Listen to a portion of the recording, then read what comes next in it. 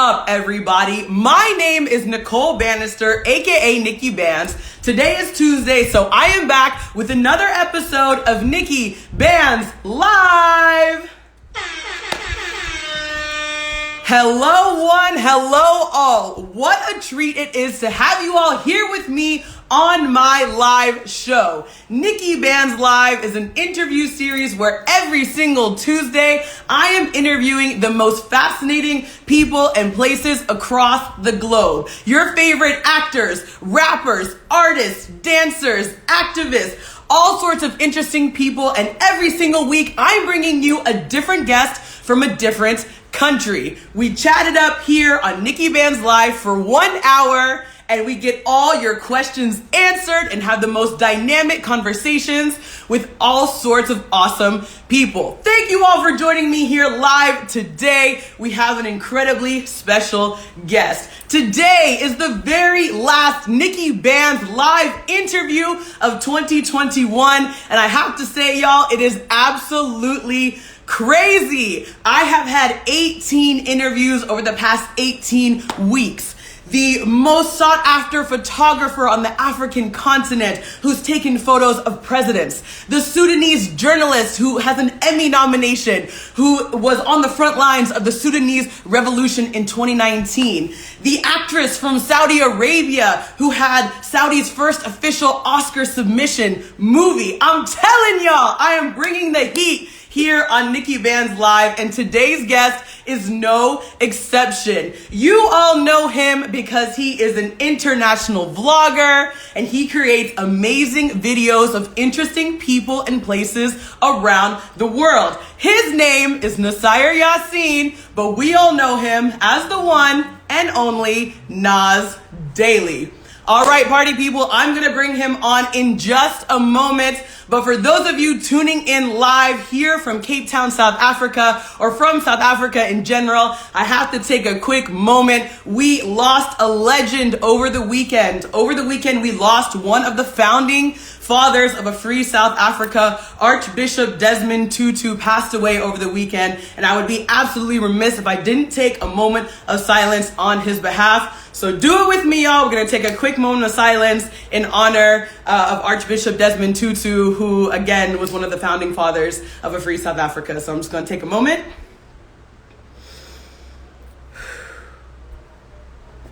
All right, everybody. Thank you all for taking that moment of silence with me in honor of the legend Archbishop Desmond Tutu here in South Africa. One time for the home front.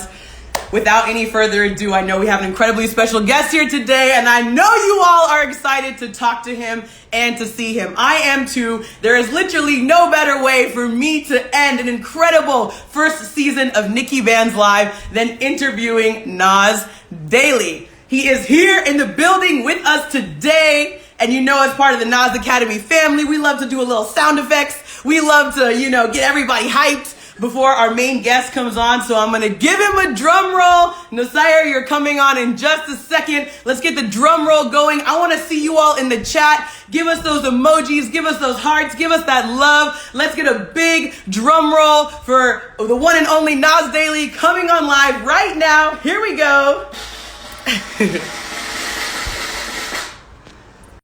Here we go, party people.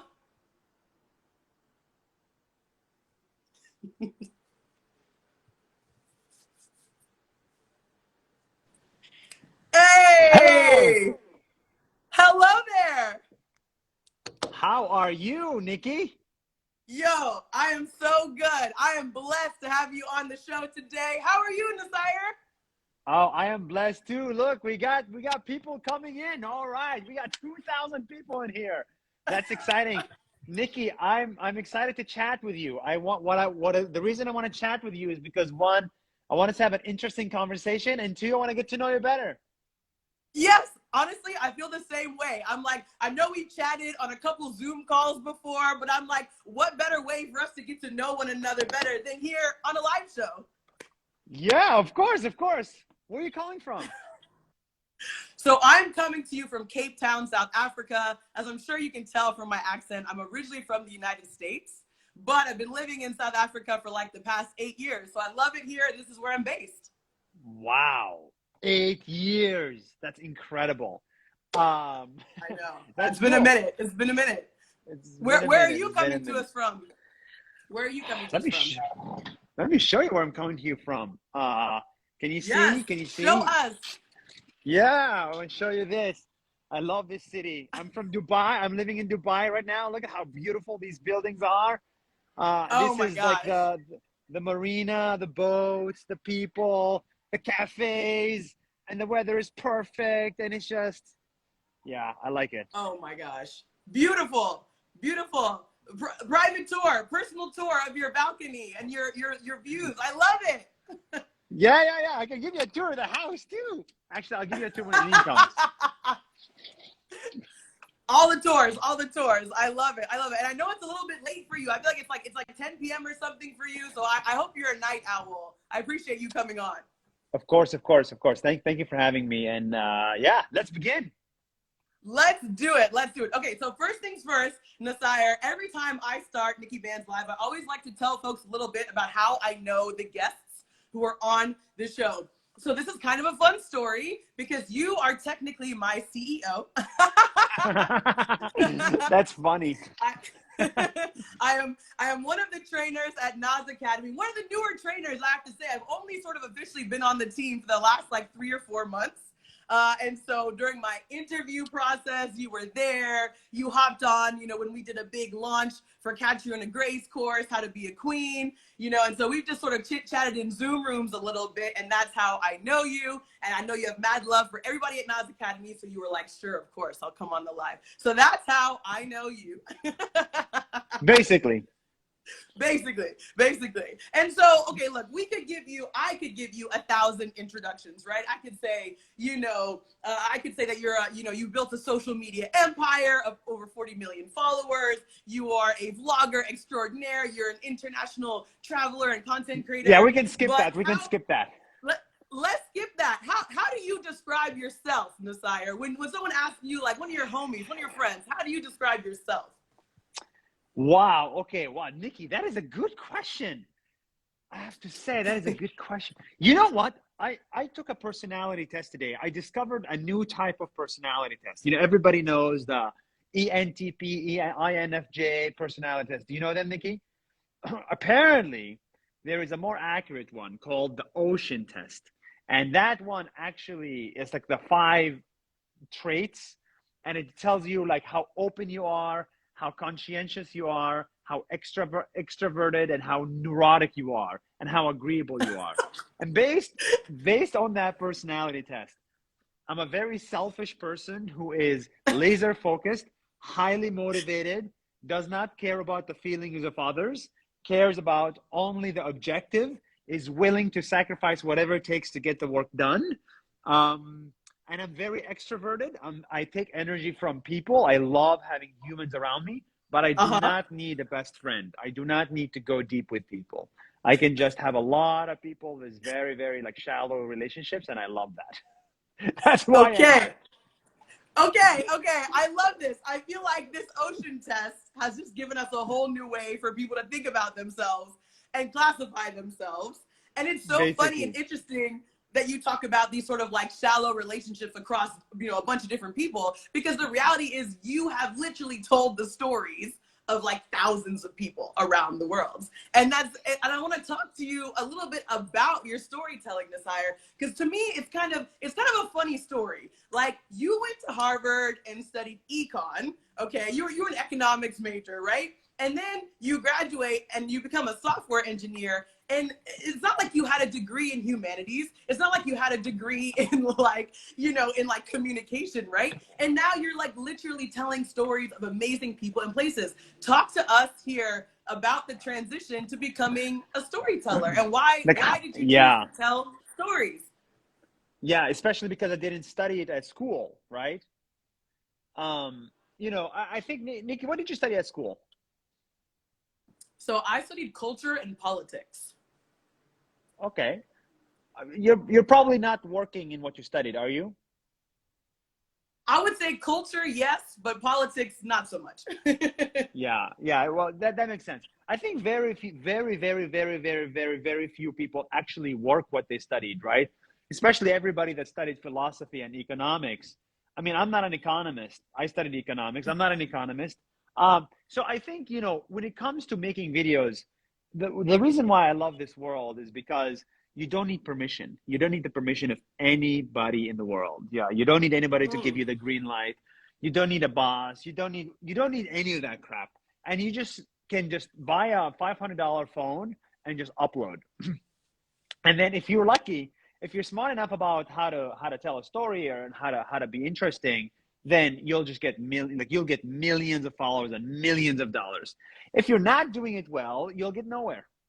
It's really as simple as that. And so, Right. you know, for my personal story, I had a lot of pent up frustration. I was very frustrated with where I was working. I was very frustrated with the way the world was structured. I was very frustrated with how nobody cared about my opinion. And I was like, fuck it. I'm just going to go make videos and scream. I'm going to scream whatever I have to say.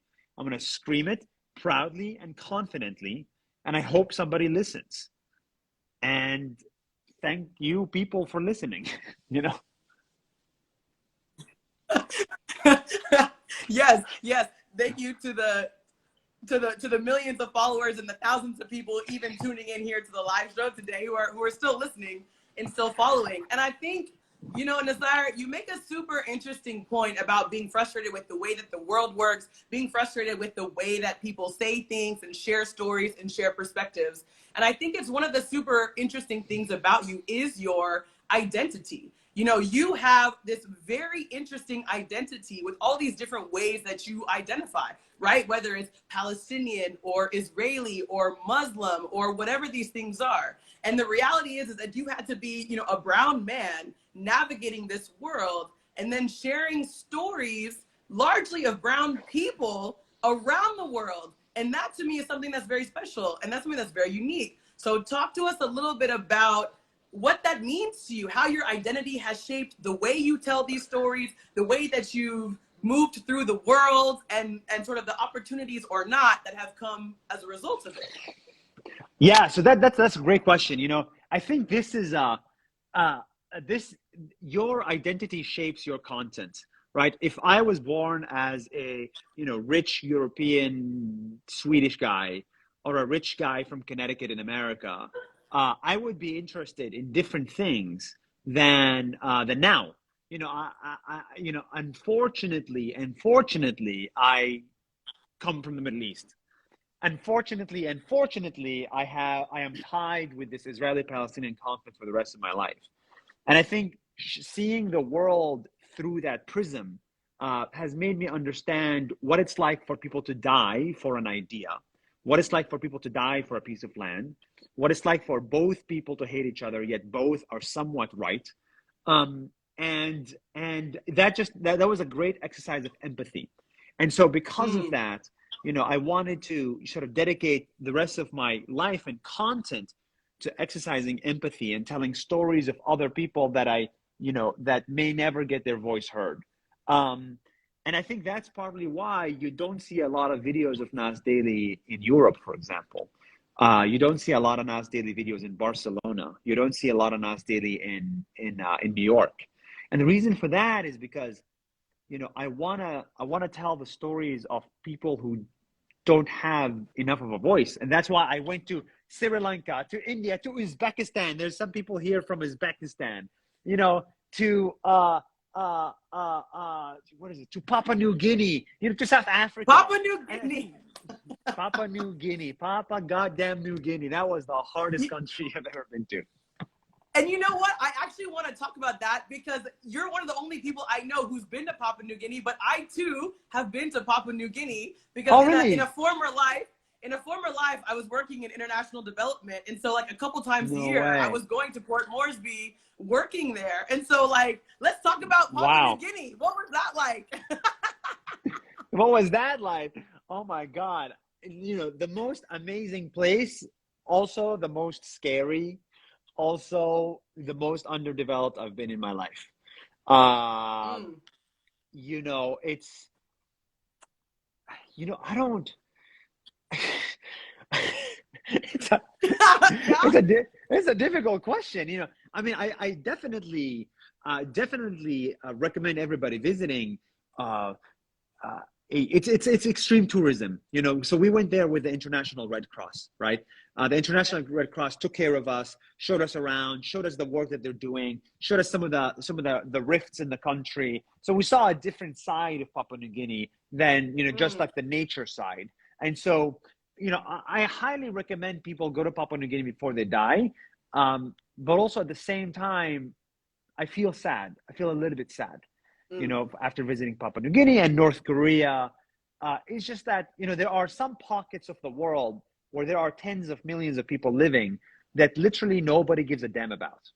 You know, nobody in the world cares about Papua New Guinea. I'm happy you care, but 99% doesn't care. Why do you care?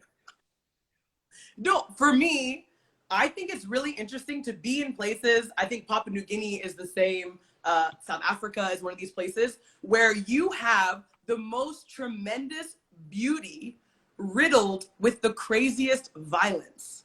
And it is so bizarre. It is so scary and sad to be in a place where the people and the land and the energy is so beautiful, but at the same time, there's so much violence. And I can imagine it's the same thing in Palestine, right? I can imagine that it's like that. I never visited, but I can imagine, right? And it's like, wait a second, you got these people and these cultures that are so deep and so rich in tradition, in history, but it's being overshadowed by poor political decisions. It's being overshadowed by violence against women. It's being overshadowed by all this stuff. And you know, and it's hard because if you're never like us and you actually step foot in a place like PNG, you'll never know, right? You'll never know. Yeah, that's very true. Why don't people fight in Sweden and Denmark? Like, because the nature there is also pretty, you know, it's kind of weird, you know? I mean, but I agree with you. I agree with you. I think Israel and Palestine, Pakistan, India, I mean, you know, Papua New Guinea, Indonesia. I mean, there's just a lot of conflict. And I think understanding the reasoning behind the conflict makes you understand humans a little bit better. And when you understand that humans are fundamentally irrational, you start to believe in NFTs, okay? You start to believe in crypto. Oh my gosh. If you know what I mean. I've been trying to keep up with you on the crypto and the NFT front. I am not there yet, but baby steps. Maybe I'll take Ben's course. Maybe I'll get there. I don't know. You have to get there. I'll tell you what, Nikki, you have to. I'm there. My next video is called Why I Believe in Crypto. Humans are fundamentally irrational. This is why religion exists. This is why people die for land. This is why we believe that a piece of money is equal to money. I mean, this is why we pay $5,000 for a Gucci bag. Humans are fundamentally for, yes, my image on the internet is worth $1 million. Oh my goodness. Okay, well, we can't wait to watch this video, Nasir. I mean, all of your videos we love to watch. When you're picking new topics or new countries or new people for videos, like, do you have a team that does that research? Is it just something that sparks your interest? How do you decide where to go, who to talk to, and what to talk about? Yeah, so Nikki, the first 750 videos, basically I made by myself. I was just me and Aline going around the world, whatever's interesting, let's go. But then at some point I realized I need help, right? I have proven that I've proven that Nas Daily works. Back then I had, I think, 5 million followers. I was like, look, I've proven that there's demand for these videos and that there's some signals of success. Okay, now it's time to assemble a team to help me blow it up. And so the first thing I hired was an editor. Then I hired an assistant, then a project manager, then a researcher, then a scriptwriter, and now, you know, and then NAS Academy, then software engineers. So now we're 120 people around the world, full-time people, and then, you know, 30 part-time people like you. And we, you know, I'm very lucky that, you know, from 4 million, we've built it ourselves, but now we're at 47 million, and that happened because of a team. So they do the research, we talk about the ideas, they do the scripting, I make sure it's a high quality, they do the shooting, they do the editing. I'm in the business of quality control and figuring out what do we do next as a group. Like I'm more like, okay, what do we do in 2022? You figure out what we do Uh-huh. tomorrow. I'll figure out what we do in 2022. Absolutely. And that's vision, that's strategy, that's leadership, and you've been able to grow to that place and to that point over the years because you've been so consistent with the videos. And I want to talk a little bit about consistency because I think that's quite interesting, right? You went out and you were like, I'm going to make 1,000 videos in 1,000 days, no matter what. That's how so many people first started to get to know you and what you were doing. Like, is consistency the key, like everybody says, or is it something else, Nasir? So actually, you know, I've seen a lot of people who have created, you know, hundreds of videos, but they didn't succeed. They had the consistency. By the way, a lot of people in the world have consistency. I think I'm going to change my answer. A lot of people, I used to give that answer. Yeah, consistency, 10,000 hours and you'll succeed. That's one, but you know, there's a lot of people in the world that are consistent. You know, one of them is my mother, right? My mother is consistently praying 5 times a day because she's Muslim. She's very religious Muslim. She's consistently never, yeah, she's never missed a prayer, right? And she's more consistent than I am. So there's 1 billion Muslims in the world who are consistently religious. That's impressive. I have a certain respect for Muslims because they're very so. But actually, consistency doesn't make you successful. You know, my mother is consistent, but she's not necessarily a millionaire. You know, and there's a lot of poor Muslims in the world. There's a lot of poor Muslims. That's true. So the question is, how can you be consistent in the right things? How can you be consistent in the things that elevate your careers as well as religion? Of course, religion is one, but then 2 is career. And so I think the reason why Nas Daily succeeded is because 1, I was consistent, but 2, I was consistent on the right format. 1-minute videos on the right platform, in the right format, in the right scripting, in the right ideas, in the right countries. And it is those 4 things cannot be described, but they're very important for success. I hope that everybody who's watching this live right now is taking notes. We're all taking notes. We don't just want the consistency piece. Hi, Kitty.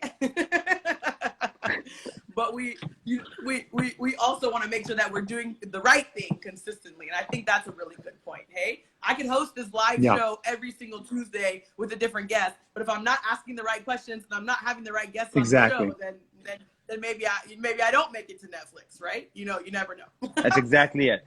That's exactly it. Well, let's hope you make it to Netflix. Remember us. Thank you. I will. Don't worry. We go in there. We go in there. So just a heads up for everybody who's watching on the live here. I can already see that there's like a ton of questions. I'm going to ask Nasir, aka Nas Daily, all of your questions at the end. To all of you who are tuned in here on IG Live, you've got that little question bubble at the bottom. It's a little bubble next to the comment box with a question mark. Type all your questions in there and we'll ask at the end. Oh my gosh, look at this cat's face. This is amazing. How many cats? Just wanted to say hi. How many cats do you have, Nasir? We have 7. And it's not because of me. Cats. It's because of Aline. We have 7 cats. Yeah. Well, shout out Aline. We love Aline. And shout out all the cats. You know, I think it's great. Thank you. Oh, my goodness. Of course. So we've obviously talked a little bit about Nas Daily, and like sort of the next iteration is now Nas Academy, which is of course how you and I first connected. And you know, Nas Academy is this amazing sort of online platform where anyone anywhere in the world can take live classes with trainers like myself, you know, who are teaching you different content. And I think you have this really interesting philosophy on learning and education in the future. You know, I've heard you say things like it's no longer going to be, you know, the University of Georgetown, right? Georgetown, which is my alma mater. It's now going to be the University of... It's going to be the University of George. Yes. Exactly. No more town. The University of Nasir, the University of Nicole, right? That's the future. So talk to us a little bit about content creators and about the creator economy and how that then led to Nas Academy. Yes. So that's a great question. You know, I think the last 10 years, like everything changed in the last 10 years. Nothing is the same. Like, it's crazy. So I think what's happening is it's called, the word is called decentralized, right? There's a lot of decentralization that is happening. In the past, everything was in the center, right? If you wanted to get attention, you go to CNN. If you wanted to get attention, you go to New York Times, you go to Al Jazeera. But in the last 10 years, social media basically enabled me to become CNN. I have become CNN, right? You are CNN. Yes. Everybody has become a media Yes. company. And so that's amazing. The media world is changing. But also what's going to change, I think, is the education, right? The education world. In the past, if you wanted to get education, you would go to Harvard. You would go to Georgetown. You'd pay $50,000. In the future, that is a crazy idea. You should never have to go to Georgetown to get an education. I mean, that's preposterous.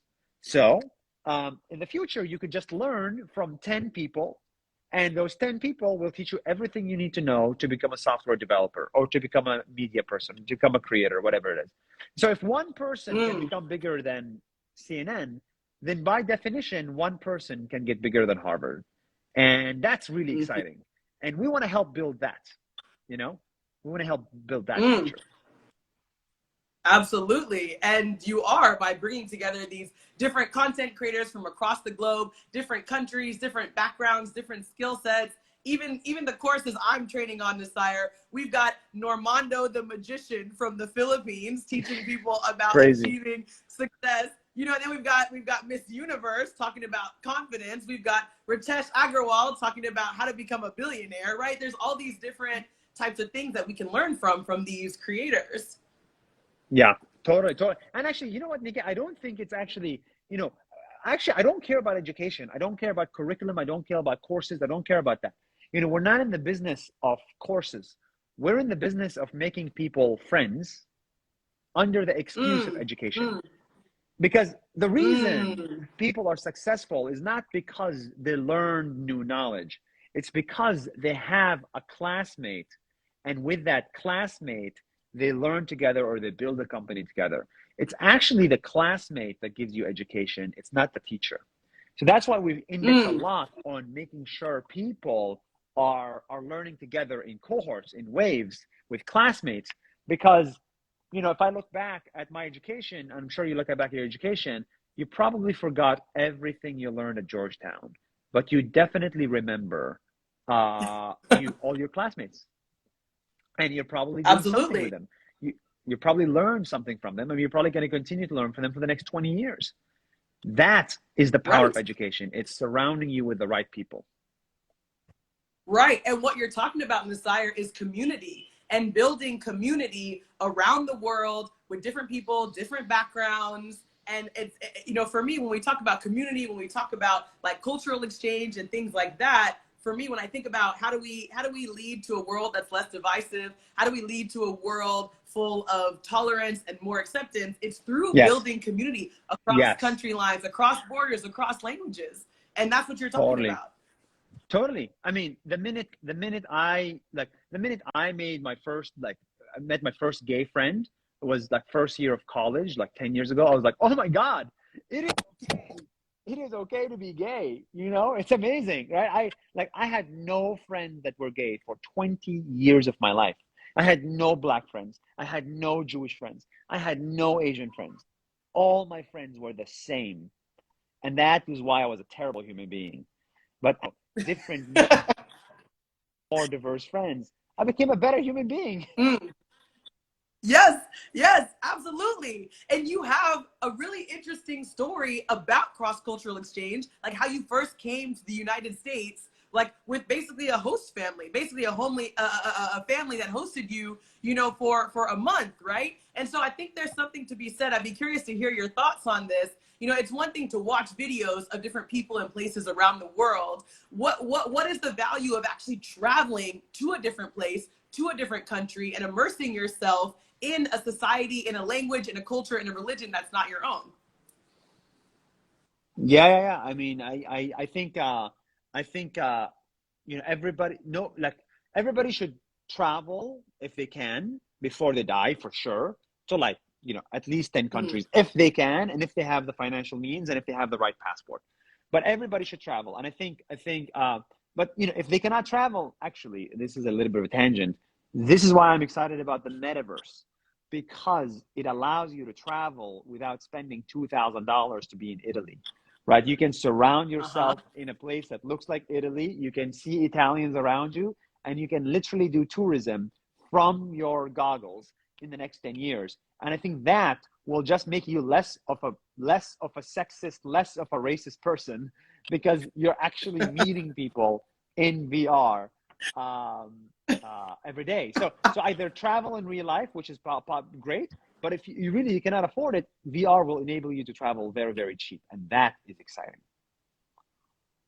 Yes, yes. And that's a super interesting thought to think about, right? Like, if we can immerse ourselves in these different people, even for the folks that can't afford it, which is oftentimes the people who sort of harbor the most prejudice and bias anyway, can they then go and engage with the world around them in different ways? That's a very interesting thought. And I think reflecting on what you said earlier, Nasir, about how these creators, or someone like you with your video content and your super large following, you are the new CNN, right? You are who people are going to for information about different people, about different countries and places. How do you then, when you said earlier that you're kind of in the business of like quality control, how do you then make sure that the content you're sharing, or other mega influencers around the world, how do you then make sure that content is inclusive, that content that literally billions of people are watching is moving toward this more inclusive community that we want? And is accurate. How do you make sure it's accurate? I mean, just making sure that how do it's you not do fake it? news. Well, you actually never know. Everybody makes mistakes, right? CNN makes mistakes. New York Times definitely makes mistakes. Fox News is all mistakes. It's like Al Jazeera is just fake news, to be clear. Al Jazeera Arabic is not news. It's just intentional mistakes. So basically, there's a lot of mistakes already in media. And so for sure, it's very logical that I will also make mistakes, right? So I don't know why I'm focusing on the mistakes, but we try our best to be as accurate as we can without being boring. So we do make a lot of exaggerations. The best teacher in the world, the most amazing country. I think the way we do it is we make like positive extremism as opposed to negative extremism, right? So, and I think that's okay. I think that's okay. Yeah. For now, it has not been proven to be like bad. Right. But we have a team of researchers, fact checkers. We try to show enough white people, then show enough black people, then show enough Asian people. Like sometimes, we had one problem we had is we were over indexing on Asian stories. And I was telling the team, guys, we're not an Asian company. We're not an Arab company. We're not a white company. We're not a black company. Like, we need to show less Asian stories, less Asian faces, and more white faces. We had that problem, which is like the opposite problem. Right.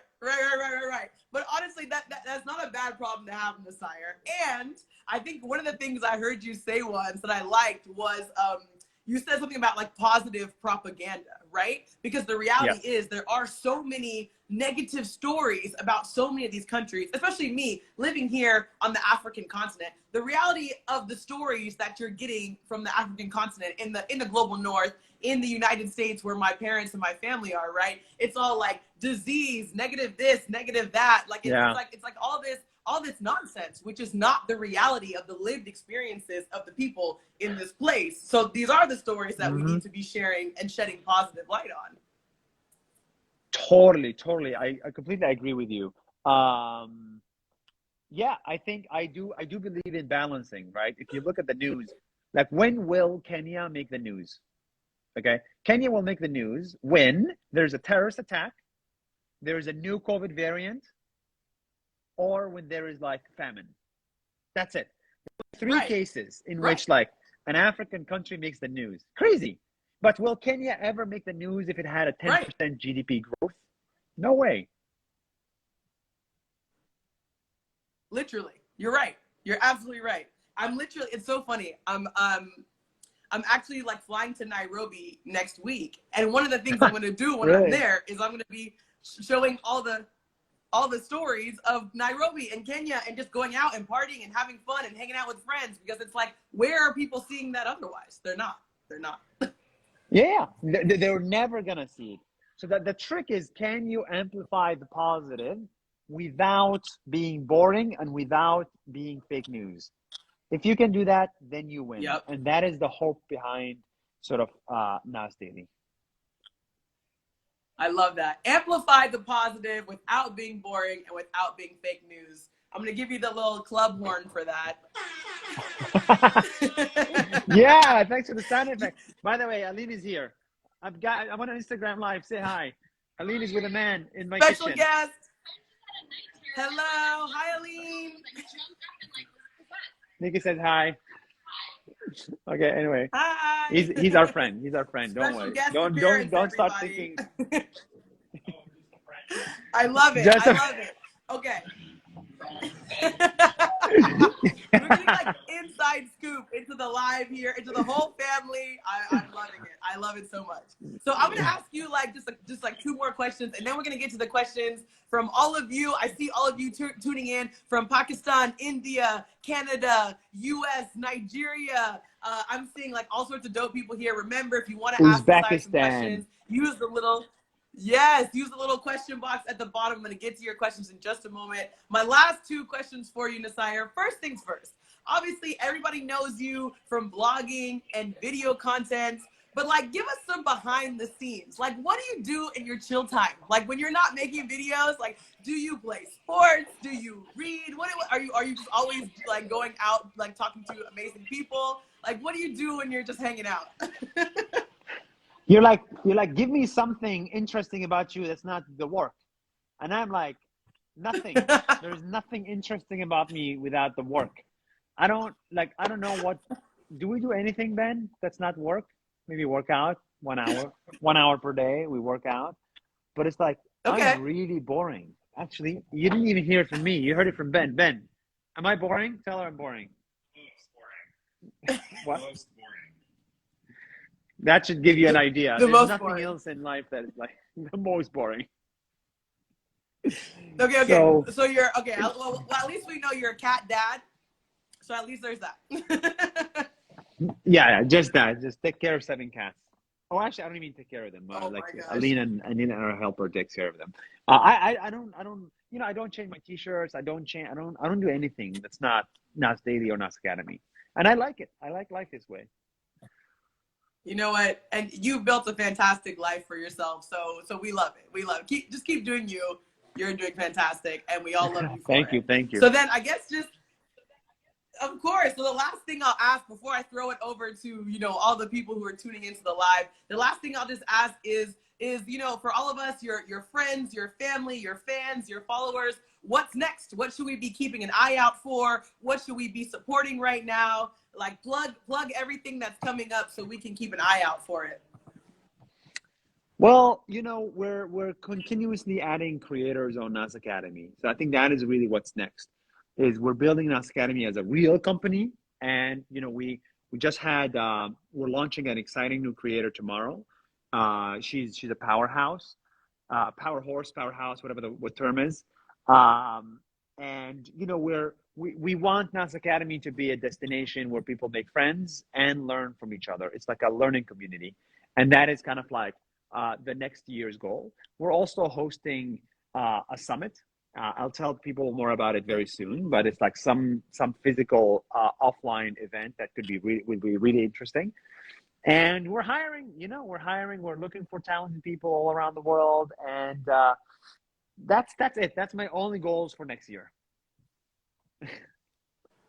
Well, those are very audacious goals. We're certain you will achieve them with this fantastic community. As someone Inshallah. on the Nas Academy team, I can, inshallah,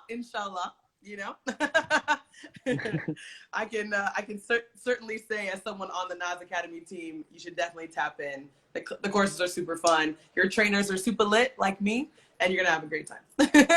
Totally. Totally. And thank you so much, Nikki, for being part of Nas Academy. I really appreciate it. Oh my gosh, of course. Thanks for having me. I'm having a blast, and the trainers are all fantastic. I see we've had a lot of trainers tune in. We've had Sai, all sorts of cool people. Like, shout out to all the trainers at Nas Academy. This one's for you guys. Nice. Okay. Woo! All right, Nasir, let me get to the questions from the fans. There's so many questions on here. I'm gonna start asking you what people are saying. We've got just all sorts of people just sending lots of love. Adarsh is saying love from India. I love that. Lots of love. Yeah, there's been a couple India. of questions. There's been a just, couple of questions. In the there has been some there's good been a couple ones. of questions. Yeah, there's some good, but I've So totally I've forgot got about one. them. No, I've got some on here for you. There's one here that I like from Sai Haman saying, how do you handle stress and anxiety in uncertain situations? How do you handle stress? I don't know why people say stress is bad. Stress is not bad, and anxiety is not bad. I mean, you know, you only feel anxiety when you're like actually doing something interesting and something different. When there is change, there's anxiety. When there is boring stuff, there's no anxiety. If you are bored out of your mind, you don't feel anxious. You don't feel scared. You don't feel stressed. You just feel dead. So, so I think anxiety and stress is great. It's amazing. Yeah. You should feel more anxious. We need a more anxious world. Yeah, sorry, I will get in trouble for saying this, but we need a more stressed world, because the more stressed you are, the more growing up you're doing. You know, people are very stressed when they launch a rocket to space. That is awesome. Be more stressed, people. I love that response. I love that response. And you know, literally, Nasir, before I did this interview, everybody was messaging me. They're like, oh my gosh, are you stressed? Are you anxious? Are you nervous to talk to Nas Daily? And I was like, yeah, of course. Of course I am. Great. I was like, but That's that great. gives you the juice, you know? That makes sure that you're prepared and ready. Yes, exactly. Exactly. Exactly. Okay, what is another question for you? So I've got one here. So this one is from Erica Mueller, one of my friends who lives in Mexico right now. She's asking, do you have any advice for people who are passionate about working in traditionally like in-person fields during this like decentralized pandemic and post-pandemic world? Like what about people who actually kind of work, who want to work in in-person spaces and not online? Ooh, wow. Okay, that is interesting. I actually, so what do you do if you want to find a good office, like work with people in real life? I think we have like 5-10 years left for the idea of an office, maybe 10 years before people just stop building offices. So, I mean, get any job, but you should realize that I think in the next 10 years, we may have a lot fewer offices in the world, a lot fewer. And so I think that factory days will probably be gone, and they should be gone. Humans are not machines. You know, humans are not a robot. So my recommendation is actually like do a remote only thing, do a remote company, and then like travel to meet your coworkers. You know, like get paid money every month, and then use that money to travel to different cities where your coworkers are and just meet them for coffee. Work with them at a WeWork. And that's it. That's all you need in terms of socializing. Because I mean, we have an office and we make office days mandatory, right? We have an office and we force people to come to the office twice a week. Okay. But I think in the next 5 years, everybody will just have, let me just see this. I have it right here. Everybody will have this, and I really think everybody will have this, and they'll just work from it. That's it. We're done. You know, like everybody has a laptop. Everybody will have that, and we're done. You know, work from wherever you are. That's so interesting. Do you really think that our 7 billion people in the world are all going to have laptops in the next 10 years? I don't think so. No, they're not going to have laptops. They're going to have the goggles, which look like a phone. Do 7 billion people have phones? Yeah, they do. Right, people are kind of working from their phones. right? And the phone helps you become a Talabat driver, a delivery driver, an Uber driver, or whatever. You can actually make money from your phone. Now you can play games and make money from them. It's amazing. So That's true. I think in the future, the VR revolution is gonna get to everybody. Yes. Yes. You know? Okay. Love that response. I love the challenging questions. Sorry, We've got my cats are fighting. Sorry, here. my cats are fighting. Come here, stop fighting. Oh, Look. sorry, cats. Anyway, sorry about this.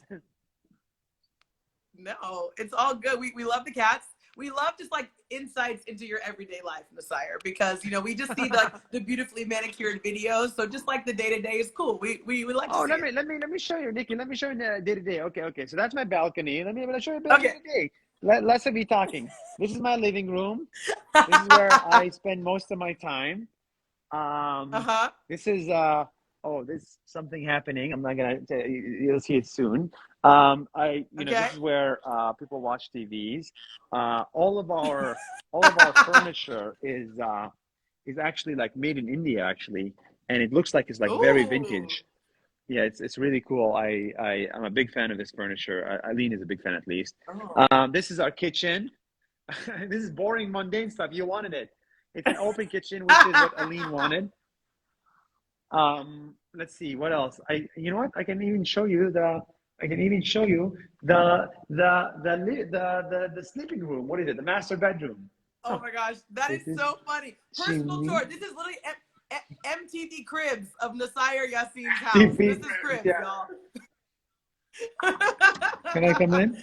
Oh, bam! There we go. Be careful. Yeah, be careful. Hey, is Eileen doing work? This is my bed. You made the bed. Congrats. Absolutely. No, I did not make the bed. Trust me. Oh, hi, Mom. Hi, family. 500 people are seeing you as well.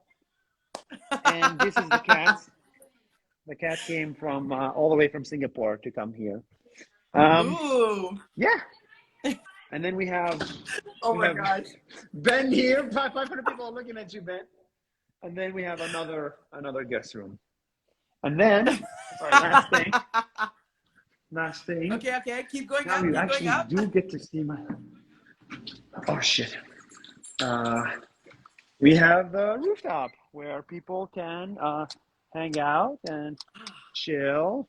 Wow. And we have like a place here for rooftop, and then the view, the whole marina. The beautiful skyline. Yeah. Wow. Absolutely stunning. I'm telling you, this is like exclusive Cribs access here. Like we just got to see the whole Cribs. The whole beautiful house. The cats. We saw Eileen with the ring light. This is exclusive content here. I'm blessed, Nasir. You blessed us here on Nikki Banz Live today. With exclusive content. Yeah, I'm very lucky. I'm very lucky to have found this place. Oh, that's amazing. Yeah, I would go outside and show you my view, which is the beautiful and iconic Table Mountain here in Cape Town. I can see that from my balcony. Is it really? Can I see it? Well, we have like electricity shortages here in Cape Town, so they can't light up the mountain, so it'd just be dark. What? You wouldn't be able to see anything. Why do they have electricity shortages? So South Africa has this interesting thing called load shedding. It was one of the things after apartheid. Or at the end of apartheid, South Africa decided to give electricity to all the rural villages, all the places that didn't have electricity beforehand, which was fantastic, except that the national electricity demand is much higher than the national electricity supply. So we regularly have blackouts where for 2 hours, there's just no power, and that's just how we But we actually, you talking about people with apps and stuff. We literally have an app. We literally have an app that tells you, okay, you live in this neighborhood. There's gonna be no electricity from this time to this time. But it's been 30 years since apartheid. It's been 30 years. You can build a country in 30 years. Yes, that's what many folks would say and agree with you. However, here we are. Maybe that'll be like some new video content for you. You can talk about how the power outages go out in there's power outages in South Africa like every other day. You know, Nikki, in my 1,000-day journey, I only got robbed twice out of 80 countries. Guess where those two places happened? Johannesburg and Cape Town? Yes!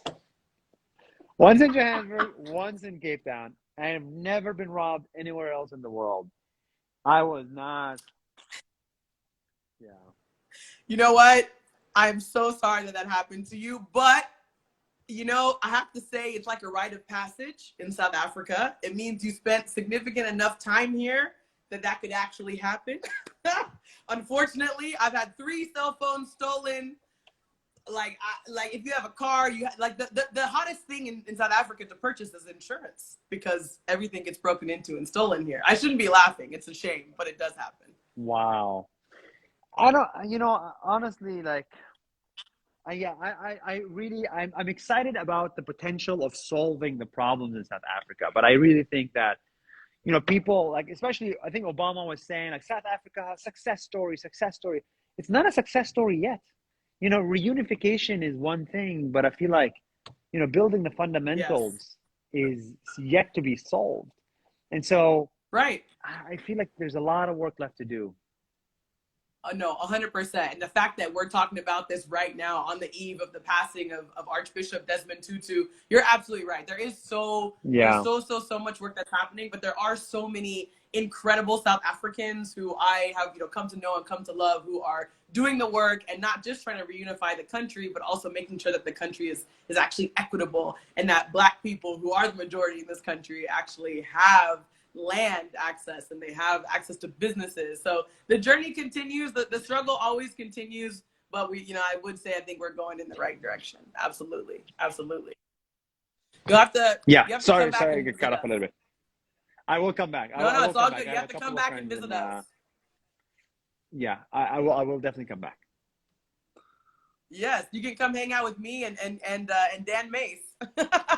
And Dan Mace. That's the one. That's the one. Yes, exactly. Okay, and I'll ask one more question. As we have so many questions here in the chat, y'all. I'll ask this one. I think this is probably a very commonly asked question, but perhaps for those tuning in here, they want to know. Aditya Chowdhury is asking, hi Nasir, is there a reason behind your 35% life logo on your t-shirt? Talk to us about the shirt. I know that shirt, but tell it to the people. Actually, Nikki, let me ask you this. When is your birthday? My birthday when is your birthday? November 22, 1990. 1990. Okay.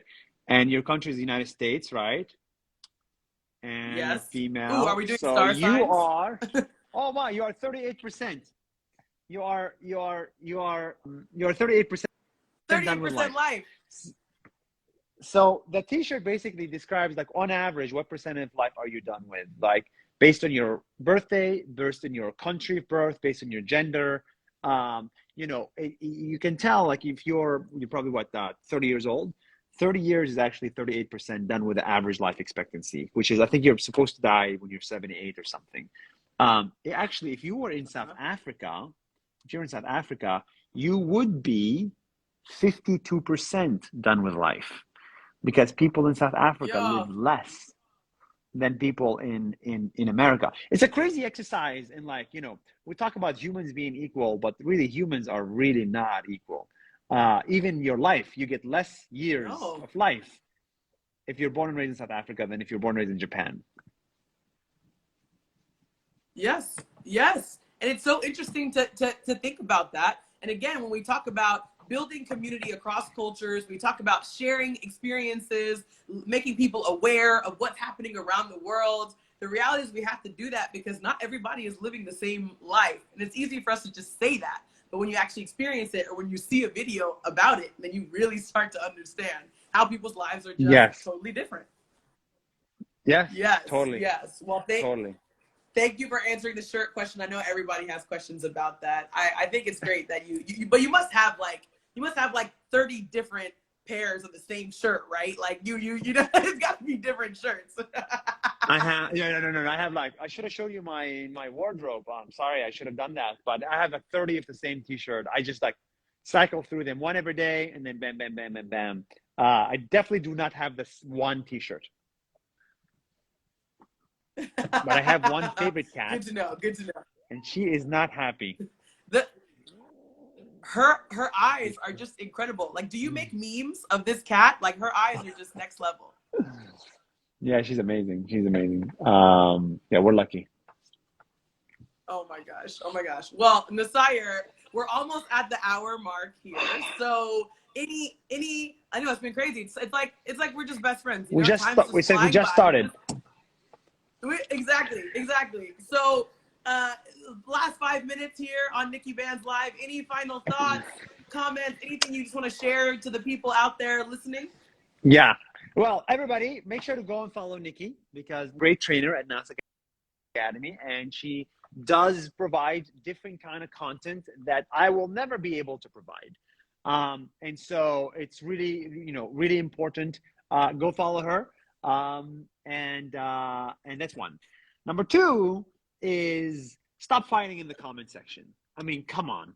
There's been so much fighting in the comment section. I'm from India. No, I'm from Pakistan. No, my country's better. Come on. That's not number two.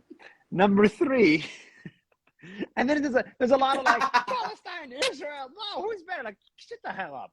Okay. So that's number two. Number three is my only advice to people actually watching this, and I'm noticing a lot of people live life with their eyes closed. I think there's a lot of revolutions happening behind your nose and behind my nose, right? And I think everybody should like open their eyes to them. Right? There's a few revolutions happening, and a lot of people are not part of them. And I just don't want it to be only limited to people in San Francisco or Germany or Israel or Singapore, right? I think a lot of people here should open their eyes to the revolutions that are happening from, VR to technology, to content creation, to making videos, to education. I mean, the revolutions are everywhere, to crypto, to fintech. And my only advice to people is, you should jump on these revolutions before it's too late. And you can create generational wealth if you do that at the right time. That's it. Yes. And generational impact, yes. not just wealth. Yes. I think that's excellent advice. It's good, really good for people to hop on the bandwagon now. And thank you for sharing and creating the content that helps us, everyday folks like me who don't understand the revolution, the tech revolution in that way. We're going to learn all about it. And we're going to get awesome content in the meantime. Look at how many cats. 1, 2, 3. Just like chilling and like ruining my body, ruining my whole house. Anyway. Okay. Well, Nikki, I think we're at the top of the hour. Thank you everybody for joining, and thank you so much, Nikki, for giving me the microphone. And I will see you at Nas Academy. I will see you at Nas Academy. Thank you so much, Nasir. That's 1 hour. I'll see you next week. I'll see you next week. Bye, everybody. Bye, everybody.